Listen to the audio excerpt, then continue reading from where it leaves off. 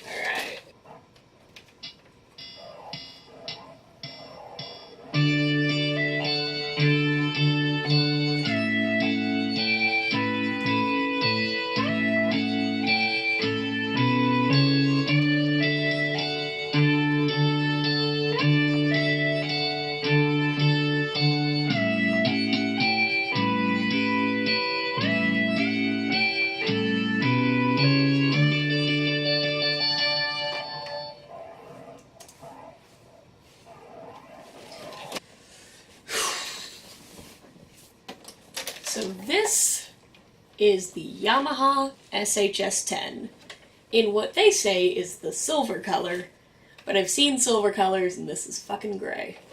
This is possibly currently considered the most iconic Keytar. And I say that because whenever somebody's job is, hey Hank, go design a Keytar, they find a picture of this, they scale it up to about that size, and then they put it on shirts, and on pictures of platypuses, and on Barbie. Like, Barbie could have picked any Keytar in the world, and she picked this one. Only there's a star on it. And so, a lot of people are really into buying this Keytar. Hang on a sec. How much does the Yamaha SHS-10 go for on eBay? I like how I can only record for 27 minutes at a time, and I waste like a third of it Googling stuff, and always 200, 200, 250, 200, 200, 300, 300. So if you want this, you're going to be spending, if you're buying it from eBay right now, you're going to be spending $200 to $300 on one. This is the first Keytar I bought. I like it. It has... Oh, I gotta turn the master volume down, hang on.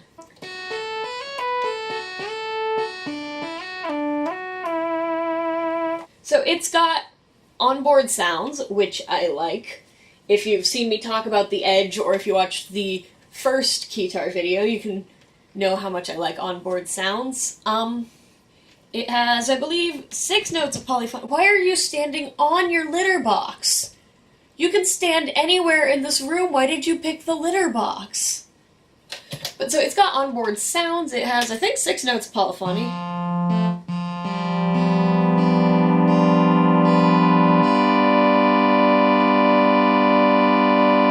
Yep. So it has 6 voice polyphony, but when you need to play a 7th voice, it just cuts out the voice you played first, which is nice. Where are you? If you pee on that, so help me. My cat is awful. I know that she makes a good YouTube mascot, but she's awful. It has actually a surprisingly well-designed rhythm section where you have, like, you got 20 rhythm selections. You have buttons up here to control lead-ins and fills, and it has auto bass chords and a functioning sequencer. And then it's got your effects up here, so it plays really well, especially if it was a little bigger, it'd be really great. But you manipulate the neck like you'd manipulate the neck on a guitar. Your hands have something to do on this neck, and it's got a long neck, and honestly, I just think long necks on guitars look better. It's got 37 mini keys that are quite small. They're in 6 inches. You can go from C to the E above the next C. Technical way to describe notes there. It's got a speaker. Most guitars with onboard sounds don't have a speaker, you still need an amp, but this one's got a little speaker. And it's nice and comfortable. You can curl up in bed. You can also play it like I was playing in the intro. This is kind of a nice position to play guitar if you're just chilling in bed.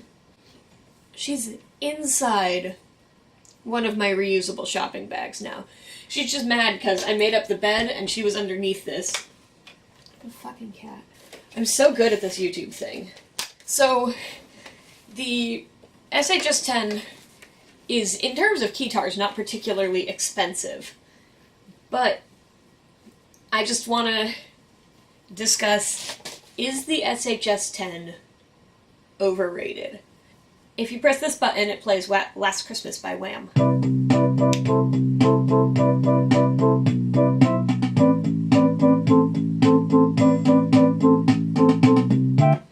It has basically everything that I, in theory, want in a keytar. It's got keys that are smaller than normal, it's got a long neck that looks good, it has things for your hand to be doing up here that isn't just pitch bend, so that you can, like, it's built to be a complete accompaniment.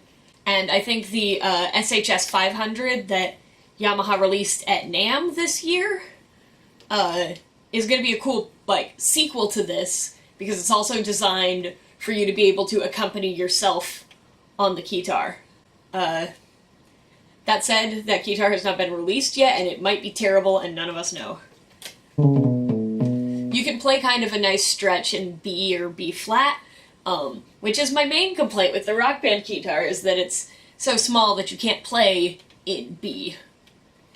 You can't do it because you need more notes. So I've never been like, oh no, I'm out of notes on here.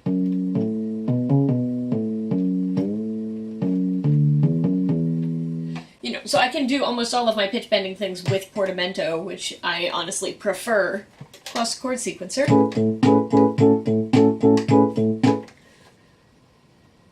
Do I think this keytar is worth like $400? Not right now, but I bought my first keytar in 2013, and in 2013 the keytar options that you had were basically vintage keytars, especially the AX line, which are MIDI controllers. Did I just say? Yeah, vintage MIDI controllers. And at the time I had a Windows computer that wasn't very good and couldn't run that kind of software, and I knew it. What is my hand doing? The AX synth, which was $1,000, and then basically the SHS-10. And I was writing a story at the time, and it involved a kid who would go to the park and play keytar. Later revisions sort of changed that, but he'd play his little keytar, and that was built around the SHS-10. So when I knew that I wanted to buy an SHS-10, or when I knew I wanted to buy a keytar for myself, I wanted this keytar. And honestly, I don't like the look of the Vortex one, I never have. The Vortex 2 has this angle on it, and it turns out that that angle makes it a much sexier keytar.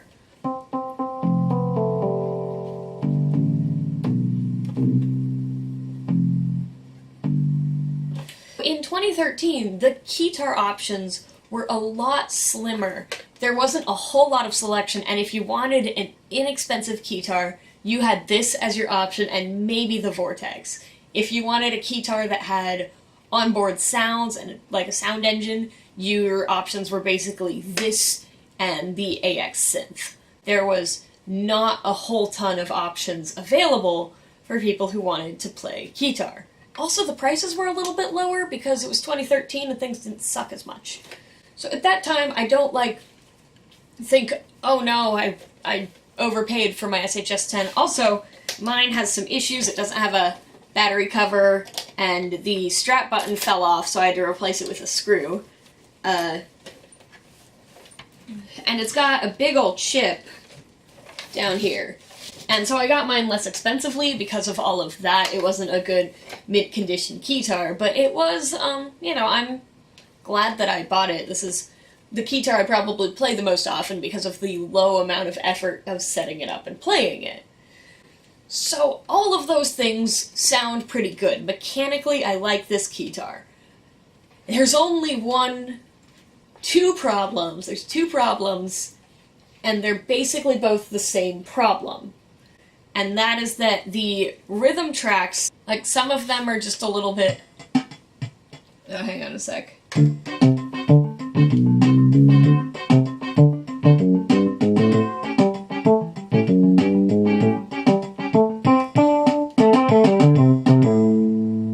So, one of the things is that, and because this is a keytar from the 80s, I can't, like, fault it as a function from when it was made, but I can have a comment about it now. Because if you're buying it now, you're competing against the existing... What is my hand doing? Unless you really need a keytar from 1989, you are competing against existing keytars instead of the keytar section that was available at the time.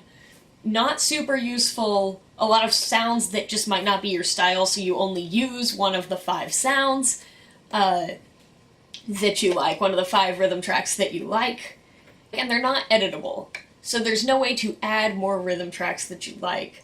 The other issue is that it just... Hang on a sec.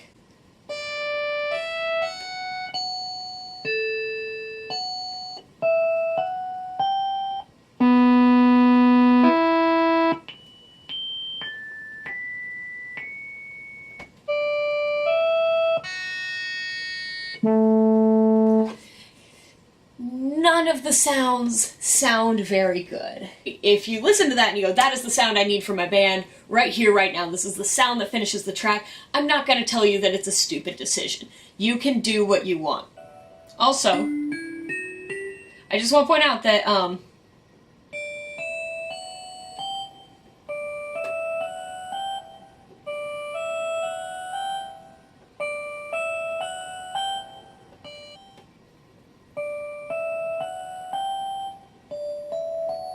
there's very little difference between a lot of the sounds on this.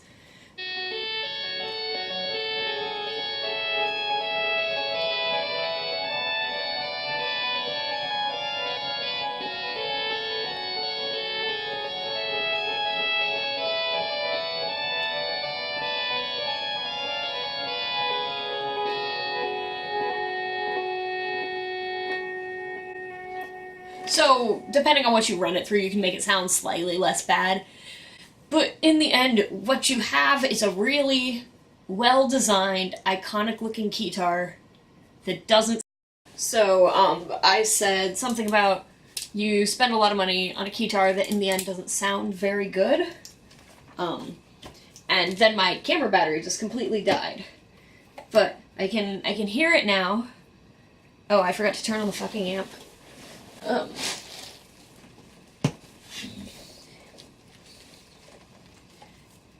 Yeah, I can hear it now. I can hear people going, but what about MIDI? Yeah, what about you? Oh, that's what? Yeah, is it a hard life being MIDI? It is. Okay, so I'm gonna have the cat on me for the rest of this video. But so... Did I not say more than a couple times that if your keytar has MIDI, you can make it sound like whatever you want it to sound? And that's true to a certain point. if it's got a 5-pin MIDI out, and you have literally anything that has 5-pin MIDI in, like this thingy, or this thingy, it's true that, like, if you plug this keytar into a MIDI tone generator, and you can plug it into your whatever, and it'll sound like something. Hot swapping everything today, 'cause I'm a horrible person, that's all I gotta say. I upgraded and I got an actual MIDI interface that has a brand name on it, and it's the Korg Roland UM1 MIDI interface, and it cost 10 times, no it didn't, it cost like 5 times what my crappy MIDI interface that I bought on Amazon cost, and if you're wondering, yes, it's worth the price. So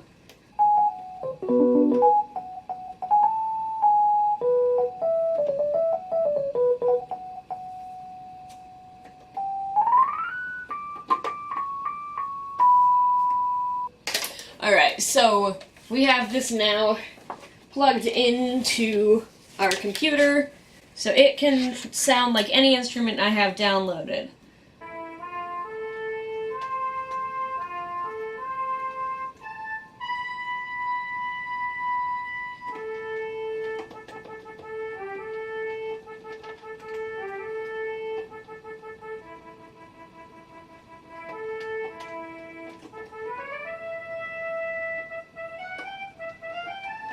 Okay, so the thing is that while this is designed really well, the hardware is not particularly great for MIDI.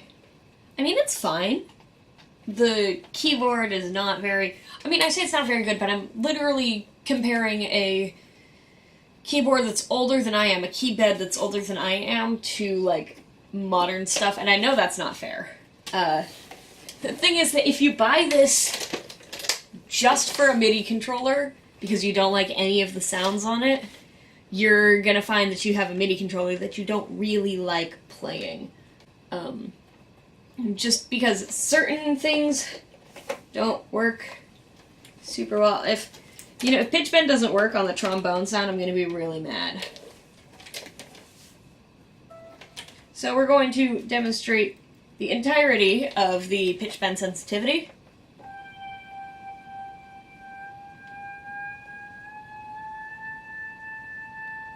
See how that goes in steps?